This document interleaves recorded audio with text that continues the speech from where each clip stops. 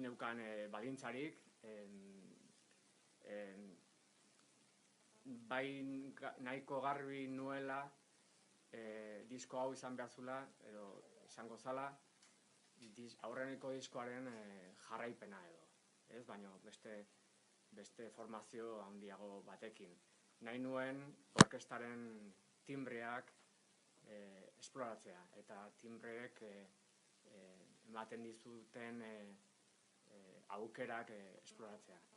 Eta hori izan nik naukan kuadroren markoa, ezta? Eta barrukoa ez nekien, zein izango zen.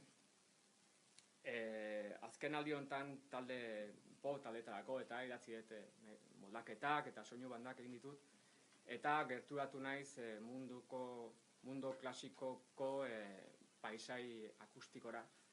Eta igual horregatik sentitu izan dut halako talde bateako idazteko premia.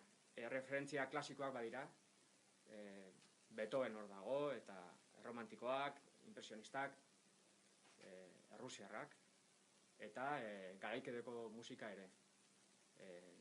Joaten naiz 15aldiko garaikedeko musika ziklora, batzutan haserretuta ateratzen naiz, baina gehienetan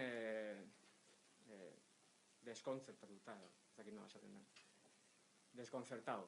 Eta sensazio hori asko gustatzen zait. Ezagutzen ez dudan musika entzutea eta deskolokatuta izatea musikak eraginda.